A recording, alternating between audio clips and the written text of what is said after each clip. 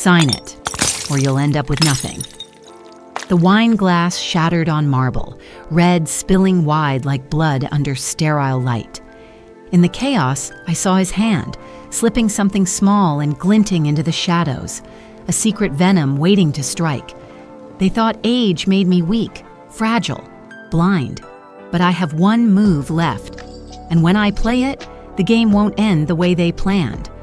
On my 65th birthday, the poison was meant for me, but someone else drank it. That glass nearly ended me. If you're watching right now, drop a comment with where you're tuning in from and hit subscribe so you don't miss the next story. The glass was still dripping red when Paul staggered back, clutching his throat. His chair toppled, legs screeching against stone, then silence hit harder than the fall. People screamed, but their voices blurred, like echoes inside a tunnel. Daniel bent down, too fast, too eager, his hand brushing the tablecloth as if wiping crumbs. Emily froze, her eyes darting to me before tears arrived too late.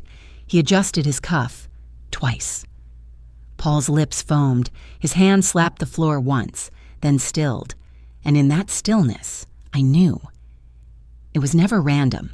The pearl necklace rested cool against my collarbone, each bead catching the dim light, each one a reminder of years that had not broken me. Daniel reached across the table, a napkin in his hand, dabbing the marble where Paul's glass had spilled. He wasn't cleaning, he was erasing. His fingers moved carefully, almost lovingly, as though the stain were his secret to keep. I watched him. I watched his cuff slip back, a vein pulsing at the wrist, his jaw tightening and releasing like a man rehearsing calm. Emily touched his shoulder, her ring flashing, then pulled away too quickly.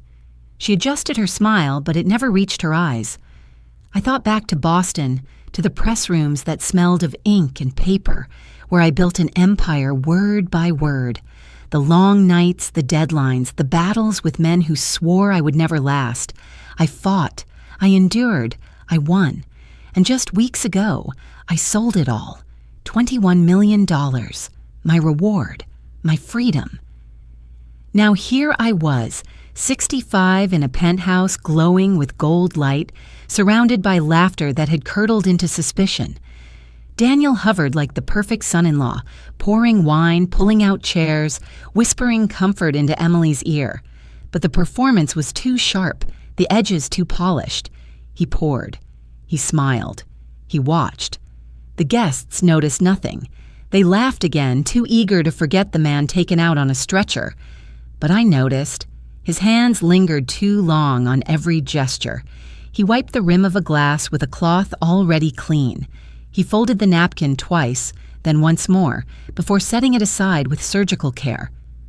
I remembered when Daniel first entered our family.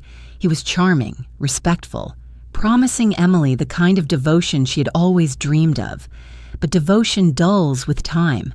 And lately, his warmth had hardened into something else. Something calculated. Emily leaned close, whispering that I should eat, that I looked pale. Her voice trembled. Her fork slipped against the china, metal screeching sharp in the hush. She smiled too wide, then dropped her gaze, hiding whatever she could not speak. My pearls glimmered again in the glass before me. Daniel's hand reached to steady the bottle, his reflection warped and doubled in the liquid surface. He poured too carefully, drop by drop, his knuckles white around the stem. I didn't drink. I thought of every sacrifice I had made, every friend lost to ambition, every night alone while Emily slept upstairs. I had built something worth respect, and yet in this room, at my own birthday, I felt the air thicken with a different weight, envy disguised as courtesy. Daniel adjusted his cuff, twice. His eyes flicked to me, then away. He smiled, but his eyes didn't. And I knew, with the certainty of ink pressed permanent to a page, those hands were not caring for me. They were preparing for something else. Paul lifted the glass meant for me. He laughed, clumsy, interrupting Daniel's toast with some half-formed joke. His lips touched the rim, the same rim I had just refused. The room seemed to hesitate. A pause too long, stretched tight. Then his throat seized, his hand clawing at his collar. The glass slipped from his grasp, spun once, shattered, and the wine ran wild across marble. Screams. Chairs scraped. Someone yelled his name. I didn't move. I didn't speak. I watched. I counted. I knew. Emily's fork clattered against her plate. Her eyes flicked to Daniel, wide, frantic, then down to the stain spreading red beneath Paul's head. Daniel reached forward too quick, as if to help, but his hand brushed something under the cloth, a movement too precise to belong to panic. The guests circled, confusion thick as smoke. Some tried to lift Paul, some shouted for help, others froze. But my breath slowed, cold, steady. Not pity, not grief, calculation. Paul coughed once, foam at the corner of his lips, his knees buckled. He fell hard. A man who had walked in strong, now writhing on my marble like a marionette with cut strings. And I thought, if not for his foolish interruption, it would have been me. It should have been me. I caught Emily's reflection in the silver knife beside her plate. Her hands trembled, but her face smoothed into something practiced. Too practiced. She dabbed her eyes with a napkin already dry. Foreshadow hides in the smallest cracks. Confession lives in what we over-rehearse. Daniel barked orders with his host's voice, commanding calm, commanding order, commanding the illusion of control. But his eyes betrayed him. They flicked, fast, toward the glass Paul had touched, toward me, then away. The paramedics rushed in. Wheels squeaked across marble. Rubber tires echoed against stone walls. Paul was lifted limp onto a stretcher, his tie hanging loose like a broken noose. They wheeled him out, the doors swinging shut behind, a sound like a verdict slamming down. I stayed seated. I folded my napkin. I kept silent. But inside, something shifted. Paul had stolen my fate. By chance, by clumsiness, by error. And in that theft, he gave me clarity. This wasn't misfortune. It was design. I looked at Daniel, who adjusted his cuff again, twice, as if covering a pulse that betrayed his nerves. I looked at Emily, who pressed her lips shut too long before speaking. Their bodies told truths their mouths never would. The penthouse had transformed, the glow of celebration gone. In its place, a battlefield invisible to the guests but clear to me. Every smile, every gesture, every silence sharpened into weapons. And in that moment, I knew. This house was no longer my home. It was my war. Daniel's eyes flicked to Emily, a glance too sharp, too fast. She lowered her gaze, twisting her ring as if it burned. That single look said more than words. A pact, a secret. I followed the trail of his hand, saw the edge of a napkin shift. Beneath it, something glinted. A vial, no bigger than a thumb, cap tight, glass sweating in the heat of the lights. He pressed it flat against the table, then slipped it into his jacket pocket with a motion so subtle anyone else would have missed it. But I didn't miss it. I never miss. Later, when the noise dulled and the guests dispersed, I found his phone on the counter. Careless, face down, screen buzzing with missed calls. One swipe, one code I had seen him punch 100 times, and the doors of his secrecy swung wide. Debt notices stacked in threads, numbers red and urgent. A loan shark's threat typed in all caps, then buried deeper, a PDF glowing cold on the screen, a life insurance policy with my name spelled out, the payout sum staring back like a loaded gun. 21 million wasn't enough. They wanted more. They wanted me gone to get it. Emily's messages floated above the contracts. We can't delay. She looks weaker now. Finish it. My daughter's words, wrapped in tenderness, twisted into betrayal. I shut the phone, slid it back into place, my pulse steady, my face unreadable. They thought I was blind.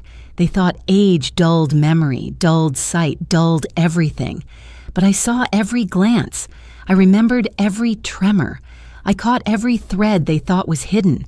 The mosaic was almost complete, and the picture it revealed was black. The pen trembled in my hand, ink pooling at the edge of the paper. Daniel leaned forward, eager, his smile pulled too wide, his palm hovering just above the contract like he could force my hand by gravity alone. Emily touched my shoulder, voice soft, urging me to sign, urging me to rest. I let the pen scratch across the page, my signature crooked, almost childlike. My hand shook because I let it. They saw weakness. They saw defeat. They didn't see the second set of papers locked in my drawer, notarized and sealed by a lawyer they had never met. The detective I hired sent me photos at dawn. Daniel meeting a man in a parking garage, envelopes exchanged, debt collectors watching from the shadows. His mask was slipping and I caught every angle. The phone logs, the receipts, the life insurance policy, they were already in safer hands than mine. But at that table, I coughed. I leaned back. I played the part of an aging widow tired of fighting. Emily dabbed at my arm with a napkin, rehearsing her role as dutiful daughter. Daniel slid the papers closer. I signed again. A flourish, a period, a trap. He didn't know the document in front of him transferred nothing. He didn't know the trust had already been rewritten, the assets moved, the will restructured line by line to name someone else entirely. He didn't know that every yes I gave him was a rope tightening around his own neck. The ink dried. My smile didn't. Because the moment I agreed, the moment they thought they'd won, that was the moment the trap closed. The door burst open. The slam echoed across marble, sharper than any toast. 2 officers stepped in, uniforms crisp, papers in hand. Their boots tracked silence more than sound. Daniel straightened instantly, smoothing his tie, pasting on the grin of a man who thinks he's untouchable. Emily clutched his sleeve, her nails digging deeper than affection. They thought the performance still held, but the officer's voice cut it all. Lab results.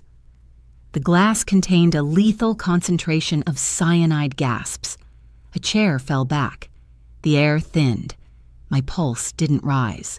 I stayed still, watching Daniel's lips part, words failing before they left his throat. The detective I hired followed in, dropping a folder thick with records. Bank transfers, insurance policies, debts piled like bricks of guilt. Photos spilled onto the table, Daniel at the parking lot, Daniel shaking hands with a man known for collections. Emily's face drained white. She whispered, "No, this wasn't the plan." But the sentence snapped under the weight of evidence. Her eyes darted to me, searching for pity, for denial, for something. I gave her nothing. Daniel stammered, It's not what it looks like." His cufflinks glinted, his hand twitching at the wrist. He looked for control, for charm, for the mask he always wore. But it slipped. He looked. He pleaded. He failed. One officer pulled his arms behind his back. The click of cuffs rang louder than any applause. Emily collapsed into the chair beside her, tears streaming without a sound. I folded my napkin, placed it carefully on the table, and let the silence settle. My smile didn't reach my eyes, because justice, when it comes, doesn't knock. It crashes the door wide open, and their plan, it dissolved like foam on water. The cell door closed behind them. The echo lingered, but for me, the silence was already louder. Weeks later, I stood in my garden, soil pressed warm against my palms. Roses bent gently in the breeze, petals open like wounds that chose to heal instead of bleed. My granddaughter ran through the rows, her laughter cutting through the ghosts that still clung to these walls. I had built companies. I had fought wars of words and contracts. But now, the weight of victory was not money, not power. It was peace, a peace earned, not given. I pressed a key into her small hand. "This is yours," I said, voice steady, eyes dry. Her fingers curled around the metal, her grip stronger than mine, her future brighter than the ashes I had walked through. Daniel and Emily had believed age was weakness. They thought dependence would chain me.